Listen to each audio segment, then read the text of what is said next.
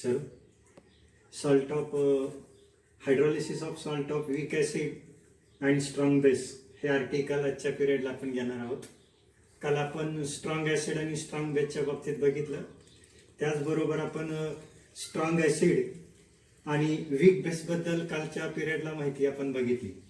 आजच्या पिरियडला आपण सॉल्ट ऑफ वीक ॲसिड आणि स्ट्रॉंग बेस या दोन्हीमध्ये जो फरक आहे, वीक ॲसिड आणि स्ट्रॉंग बेसचा जो सॉल्ट आहे, एक्झाम्पल म्हणून मी सांगेल की ज्या सॉल्टमध्ये नाक प्रेझेंट आहे म्हणजे सोडियम किंवा के, तो बेस हा लक्षात ठेवायचं स्ट्रॉंग बेस असेल. आणि ज्या ॲसिडमध्ये Cl असेल, SO4 असेल, NO3 असेल, Br असेल, आय असेल, ते ॲसिड आपण काय समजायचं, स्ट्रॉंग ॲसिड समजायचं. मग बाकीचे सगळे ॲसिड म्हणजे नाक नसलेला जर असेल तर लक्षात ठेवायचं की ते वीक ॲसिड आणि वीक बेसचा सॉल्ट आहे.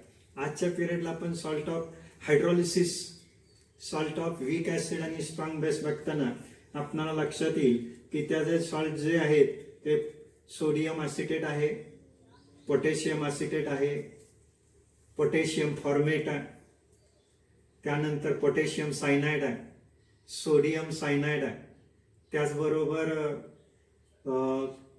पोटॅशियम सोडियम फॉर्मेट म्हणून घेता येईल. सगळे ऑर्गॅनिक ॲसिडचे जे सॉल्ट असतील ते सगळे सॉल्ट आपल्याला लक्षात येतील की ते सॉल्ट स्ट्रॉंग बेस आणि वीक ॲसिडचे सॉल्ट आहे. आता यामध्ये आपण पहिलंच एक्झाम्पल घेऊया म्हणजे आपल्याला लक्षात येईल की सॉल्ट ऑफ स्ट्रॉंग बेस आणि वीक ॲसिडचा जो सॉल्ट आहे सोडियम ॲसिटेट आपण घेऊ.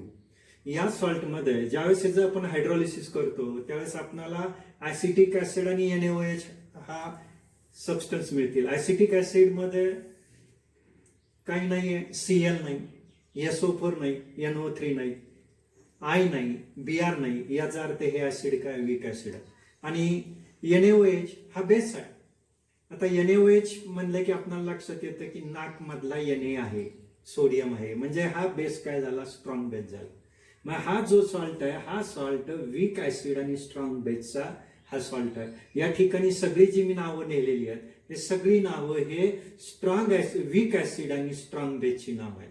मग आपल्याला लक्षात येईल की मी ज्यावेळेस सोडियम ॲसिटेट पाण्यामध्ये डिझॉल्व्ह करेल त्यावेळेस त्या ठिकाणी मला जे आयन्स मिळणार आहेत ते आयन्स कुठले असणार आहेत, तर ॲसिटेट आयन्स असेल, हा सोडियम आयन्स असेल, Na+ आयन्स असेल, त्याचबरोबर हायड्रोनियम आयन्स असेल. आपण generally hydronium for sake of simplicity H+ ions याला म्हणतो.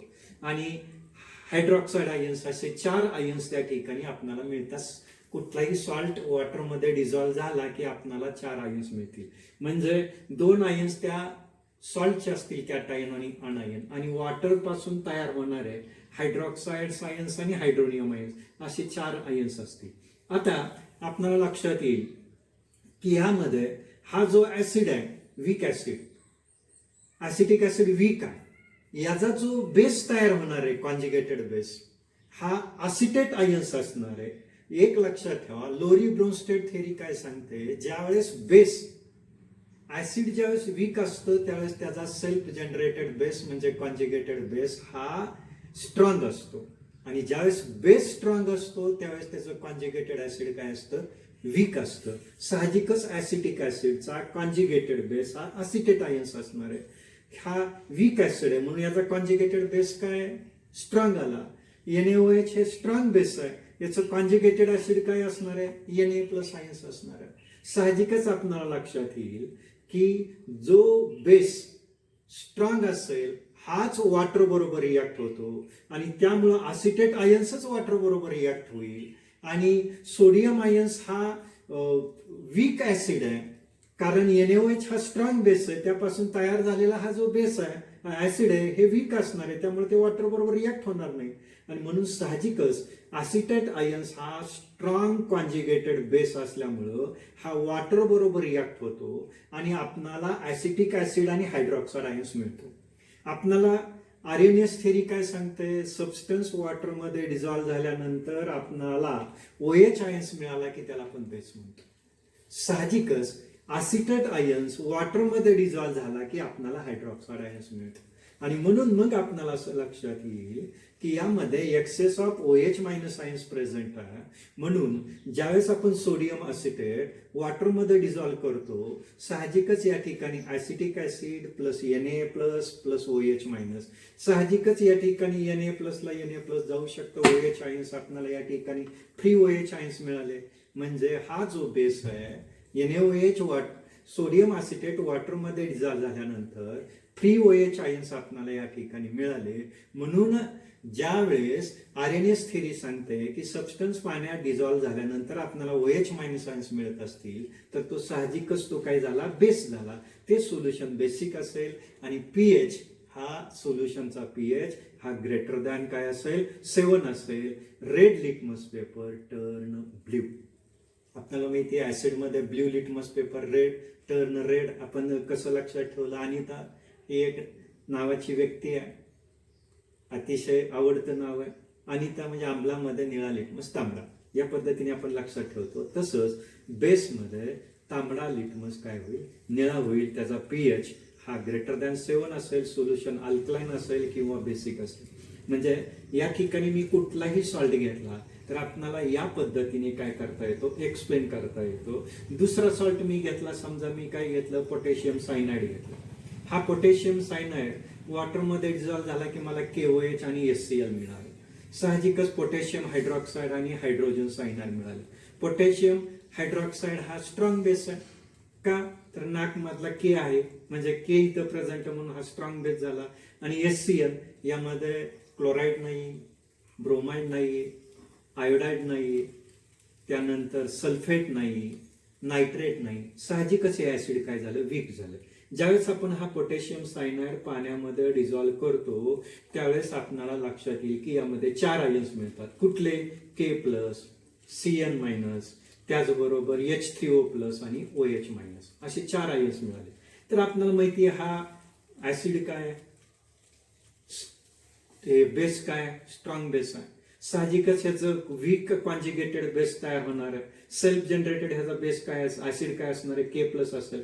हे वीक असणार आहे आणि त्यामुळे हे वॉटर बरोबर रिॲक्ट होणार नाही. आता हायड्रोजन सायनाइड हा वीक ऍसिड आहे. याचा कॉन्जुगेटेड बेस काय असणार आहे, स्ट्रॉंग असणार आहे, सायनाइड आयन. आणि हे सायनाइड आयन्स ज्यावेळेस वॉटर बरोबर रिॲक्ट होतं, साहजिकच काय तयार होतं, तर HCl तयार होईल, हायड्रोजन सायनाइड होईल आणि हायड्रॉक्साईड आयन्स फ्री मिळतील. म्हणजे अनायन ज्यावेळेस वॉटर बरोबर रिॲक्ट होतं आणि त्या ठिकाणी अल्कलानिटी प्रोड्यूस होते, या प्रोसेसला आपण हायड्रॉलिसिस म्हणतो.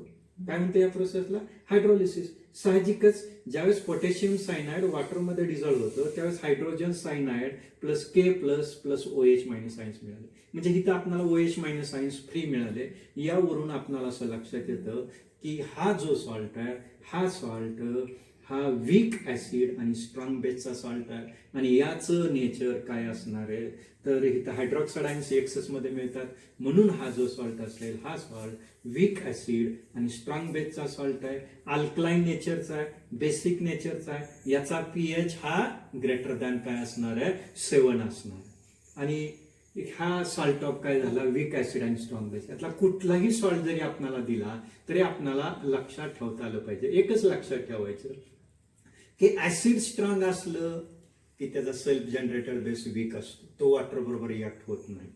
आणि जर बेस स्ट्रॉंग असला की त्याचं जे ऍसिड तयार होणार आहे कॉन्जुगेटेड ऍसिड, ते वीक असणार आहे आणि ते वॉटर बरोबर रिॲक्ट होत नाही. आणि म्हणून लक्षात ठेवा की या ठिकाणी ज्यावेळेस आपण वीक ऍसिड आणि स्ट्रॉंग बेस घेतो त्यावेळेस लक्षात घ्यावा की या ठिकाणी आपणाला ऍसिटिक ऍसिड हे वीक ऍसिड आहे आणि त्याचा कॉन्जुगेटेड बेस हा स्ट्रॉंग आहे. NaOH हा स्ट्रॉंग बेस आहे. ह्याचा सेल्फ जनरेटेड ऍसिड हे काय असणार आहे, वीक असणार आहे. हे वॉटर बरोबर रिॲक्ट होईल, हे वॉटर बरोबर रिॲक्ट होणार नाही. म्हणजे स्ट्रॉंग पासून वीक तयार होतं आणि वीक पासून स्ट्रॉंग तयार होतं. साधं सोपं या पद्धतीने आपण लक्षात ठेवू शकतो. कुठलेही आता आपल्याला पुस्तकामध्ये म्हटलंय की potassium format is nature of potassium format is basic in nature. हे याच पद्धतीने आपल्याला एक्सप्लेन करता येईल. आता पोटॅशियम फॉर्मेट म्हटलं की तयार होणारा ऍसिड काय असेल, फॉर्मिक ऍसिड आणि काय, KOH. फॉर्मिक ऍसिडचा जर बेस बघितला आपण तर आपल्याला लक्षात येईल की इथं जसं पोटॅशियम काय असिटेट आयन्स आहे तसं तिथं काय असेल फॉर्मेट आयन्स असेल. काय असणार आहे फॉर्मेट आयन्स. आणि इथं Na प्लसच्या ऐवजी काय असेल के प्लस असेल. साहजिकच आयनची संख्या काय असेल formate ions SCO minus plus K plus plus H3O plus plus OH minus हे आयन्स तिथं प्रेझेंट असतील. आणि या आयन्समध्ये आपल्याला लक्षात येईल की ज्यावेळेस आपण पोटॅशियम फॉर्मेट घेतो आयनची संख्या 4 येतं. एक SCO minus K plus H3O plus आणि OH मायनस. मग ह्याच फॉर्मॅट फक्त इथं CH3च्या ऐवजी काय घ्यायचं H घ्यायचं. HCO minus plus H2O gives formic acid plus OH minus. म्हणजे ह्या ठिकाणी काय मिळालं आपल्याला हायड्रॉक्साइड आयन मिळालं. साहजिकच या जे ऍसिड हा जो सबस्टन्स आहे वॉटरमध्ये डिझॉल्व्ह झाल्यानंतर म्हणजे फॉर्मेट आयन्स वॉटरमध्ये डिझॉल्व्ह झाल्यानंतर आपल्याला फॉर्मिक ऍसिड आणि हायड्रॉक्साइड आयन्स फ्री मिळाले म्हणून याचं नेचर काय झालं बेसिक झालं. म्हणजे आपण सोडियम फॉर्मेट ज्यावेळेस पोटॅशियम फॉर्मेट वॉटरमध्ये डिझॉल्व्ह करतो त्यावेळेस साहजिकच आपल्याला फॉर्मिक ऍसिड मिळतं के प्लस मिळतं OH आयन्स मिळतात आणि इथं OH मायनस आयन्स फ्री मिळतात. त्यामुळे याचं नेचर काय असेल तर लक्षात ठेवायचं याचं नेचर बेसिक असेल pH ग्रेटर दॅन 7 असेल and red litmus paper turn blue. कुठलाही सॉल्ट आपण ह्यातला घेतला सोडियम सायनाइड घ्या पोटॅशियम सायनाइड घ्या सोडियम ऍसिटेट घ्या सोडियम फॉर्मेट घ्या कुठलाही या दिलेल्या सॉल्टमध्ये वीक ऍसिड आणि स्ट्रॉंग बेसचा सॉल्ट असला की लक्षात ठेवायचं जे स्ट्रॉंग असणार आहे त्याच पद्धतीचं नेचर असेल. जे वीक असेल त्याच्या पद्धतीचं नेचर येणार नाही. म्हणजे तुम्हाला परीक्षेला कुठलाही explain hydrolysis of weak acid आणि स्ट्रॉंग बेस किंवा कुठलाही यातला एखादा सॉल्ट दिला आणि याचं नेचर एक्सप्लेन करा म्हणून म्हटलं की लक्षात ठेवायचं एकदम सोपी टॅक्स सांगतो जे स्ट्रॉंग असेल त्या पद्धतीचं नेचर असेल. आपण सुद्धा बघतो की एखादा संघ जर स्ट्रॉंग असला त्यातला कॅप्टन जर स्ट्रॉंग असला तर तो संघ सुद्धा स्ट्रॉंग असतो. म्हणजे लक्षात ठेवायचं की कुठलाही सॉल्ट असेल त्यामध्ये जो स्ट्रॉंग असेल त्या पद्धतीचं नेचर असेल.